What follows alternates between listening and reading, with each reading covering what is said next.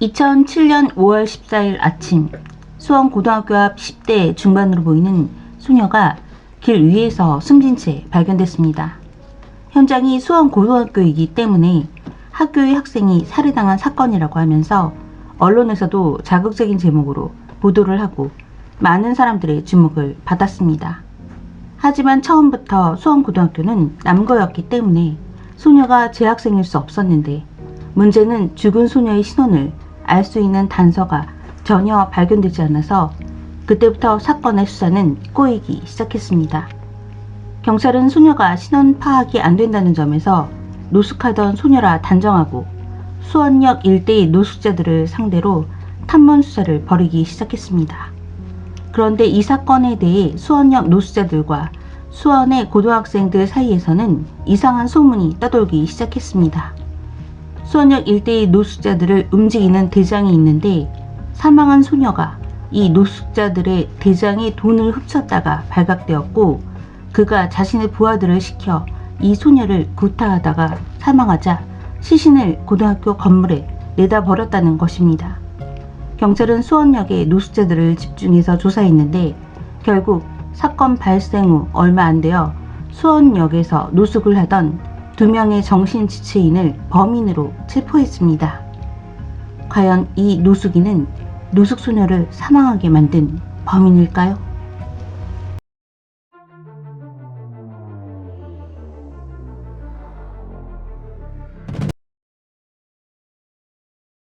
안녕하세요. 저는 미스터리한 사건과 사고를 전하는 크리스비 사건부입니다. 노숙소녀 사건이 일어난 지 8개월 후 검찰은 2명의 노숙인들을 비롯해서 5명의 가출 청소년들을 상해치사 혐의로 기소하고 사건의 진범을 잡았다고 발표했습니다. 그러나 검찰 조사에서 자신들의 혐의를 시인했던 가출 청소년들은 재판 과정에서는 혐의를 부인했습니다. 청소년들은 경찰과 검찰이 강압수사와 짤맞추기로 자신들을 위협하며 자백을 강요했다는 것입니다. 신문 과정의 녹화 영상은 결정적인 증거로 제기됐습니다. 검찰은 수사를 하면서 청소년들이 자백을 하도록 유도하는가 하면 청소년들이 알지 못하는 사항을 알려주면서 각인시키는 말을 했습니다. 이 과정에서 일방적으로 조서를 썼는데, 경찰이 질문한 내용이 청소년들이 먼저 말을 한 것처럼 꾸며졌습니다. 이 사건을 맡은 국선 변호사 박준영 변호사가 이후 검찰 간의 끈질긴 법정 공방을 하면서 2010년 7월 5명의 청소년들은 모두 대법원에서 무죄 판결을 받았습니다. 무죄 판결 이후에도 검찰은 판사들이 잘못 판단한 것이라고 비난하는 성명을 발표했습니다. 이후 먼저 검거된 2명의 정신지체인 노숙인들과 5명의 가출 청소년들 모두 자신들이 범행을 저지르지 않았다고 부인했는데, 검찰은 노숙인 2명이 처음에 범인으로 자백한 것이 위증 혐의라고 하면서 기소했습니다. 2012년 6월 14일 대법원에서 위증 혐의는 무죄를 선고했고, 같은 해 6월 29일 노숙인의 상해치사 혐의에 대해서 재심 청구를 기각한 원심을 파기하고 사건을 서울고법으로 되돌려 보냈습니다. 대법원의 이런 판결은 사실상 재심에서 진범은 따로 있다고 말한 셈이었고, 두 노숙인은 결국 2013년 10월 무죄가 확정됐습니다. 경찰은 노숙소녀의 신원을 찾기 위해 이례적으로 시신의 얼굴과 소녀가 입고 있던 옷들을 공개했습니다. 이후 SBS 그것이 알고 싶다에서 이 사건을 다루면서 신원 찾기 캠페인을 진행했고, 마침내 소녀의 신원은 시신이 발견된 지 50여일이 지나서야 방송을 본 소녀의 부모에 의해서 밝혀졌습니다. 사망한 소녀는 15살의 중학교 2학년 김양이었고, 가출을 자주 하기는 했지만 노숙자는 아니었습니다.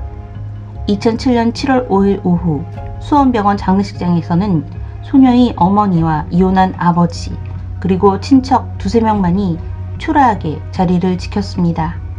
소녀의 집안은 워낙 가난했던 탓에 장례비 350만 원을 감당하기 힘든 데다가 그동안 신원이 확인되지 않아 병원에 보관되어 있던 2개월여간의 안치 비용이 붙었습니다. 그나마 병원 측이 딱한 사정을 알고 30%가량을 깎아준 가격으로 빈소에는 소녀의 영정사진만 있을 뿐 그 흔한 조화조차 없었습니다. 이후 소녀의 시신은 7월 6일 수원 연화장에서 쓸쓸히 화장되어 화장장 뒤편에 뿌려졌습니다. 이 사건은 한 소녀의 죽음을 놓고 경찰이 붙잡은 범인, 검찰이 주장한 범인이 서로 다른 데다가 이들 모두 무죄라는 결론이 나버리면서 사건을 수사할 골든타임을 놓치게 됐습니다. 첫 번째는 사건 초반에 소녀의 신원 파악이 늦어지면서 소녀의 실상을 경찰이 파악을 하지 못하고 노숙자들 사이에서 범인을 찾는 데서 사건을 미궁에 빠지게 만들었습니다. 두 번째는 경찰이 노숙자들을 중심으로 수사를 하고 수원 일대에서 떠도는 소문에만 초점을 맞추면서 결국 엉뚱한 사람들을 범인으로 몰아서 형을 살게 만들었습니다. 2011년 11월 26일 그것이 알고 싶다의 취재를 통해 이 사건에서 이전까지 언론등에서는 알려지지도 않았던 새로운 진상들이 밝혀졌습니다. 경찰에 의해 노숙소녀라고 알려진 사망한 김양은 지능에 조금 문제가 있었고 시력도 나쁜 등 신체적 조건이 안 좋아서 친구들을 잘 사귀지 못했습니다. 그렇기 때문에 김양은 당시의 SNS인 버디버디나 미니 홈피 같은 온라인상에서 친구를 사귀는 것에 집중했다고 합니다. 사건 며칠 전에 김양은 자신의 집에 친구들을 불렀고 친구들이 놀다 나가면서 어머니가 소유하고 있던 반지, 귀걸이 등 돈이 될 만한 것들을 훔쳐서 달아나섰다는 사실이 밝혀졌습니다. 김양과 함께 있었던 친구들이 실제적인 범인이거나 범인을 알고 있을 개연성이 높았습니다. 검찰의 재판 기록에서 한 인터넷 기사에 달린 댓글이 취재팀의 주목을 받았고 취재팀은 댓글 작성자를 찾아내서 놀라운 증언을 듣게 됐습니다. 당시 가출에 방황하던 댓글 작성자는 우연히 천안에서 자신과 같은 가출 청소년 3명을 만나 동행했는데 이들이 소녀를 때려 살해했다라는 이야기와 의도치 않게 소녀가 죽어버리자 무서워서 도망쳤다는 말을 들었다는 것입니다. 결국 경찰은 댓글 작성자를 참고인으로 조사했고 신빙성이 있다고 판단해 재수사에 들어갔습니다. 여러 정황으로 미루어보면 이 댓글 작성자가 제보한 것이 여러 가지로 사건의 실체에 가장 근접한 것으로 보여졌습니다. 이후 수원 지역 시민단체들이 이 사건의 재수사를 강력하게 촉구했으나 경찰의 부실 수사로 인해 2014년에 공소시효가 만료되면서 안타깝게도 14년이 지난 지금까지도 영구 미제 사건으로 남게 됐습니다. 검사의 강압에 의해 허위 진술을 해 누명을 쓰고 무죄 판결이 날 때까지 1년여 동안 옥살이를 했던 김씨 등 5명과 그들의 가족이 국가를 상대로 손해배상을 청구했습니다. 2014년 10월 26일 국가가 이들 피의자에게 100만원에서 2,400만원까지의 배상금을 지급하라는 판결이 내려졌습니다. 노숙인 중 한 명은 2015년 3월 서울고법에서 1억 3,100만원의 형사보상 결정을 받아내기도 했습니다. 이후 2016년 11월 16일 JTBC 말하는 대로에서 박준영 변호사가 출연해 해당 사건에 대한 이야기를 했고 2021년 6월 20일 TVN의 알쓸범잡에서 이 사건을 소개했습니다. 또한 2019년 발행한 윤홍기의 장편소설 7번째 배심원이 이 사건을 모티브로 제작됐고 2022년 3월 3일 SBS의 꼬리에 꼬리를 무는 그날 이야기에서 수원 노숙소녀 사망 사건을 다뤘습니다.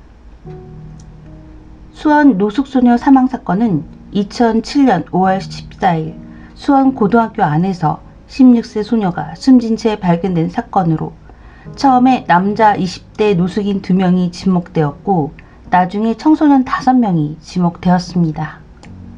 미디어 매체에 따라 수원역 노숙소녀 살해사건, 수원역 노숙소녀 상해치사 사건, 수원역 노숙소녀 사망사건으로 불리며 현재 2014년 공소시효 만료로 영구 미제 사건으로 남게 되면서 안타까움을 남겼습니다.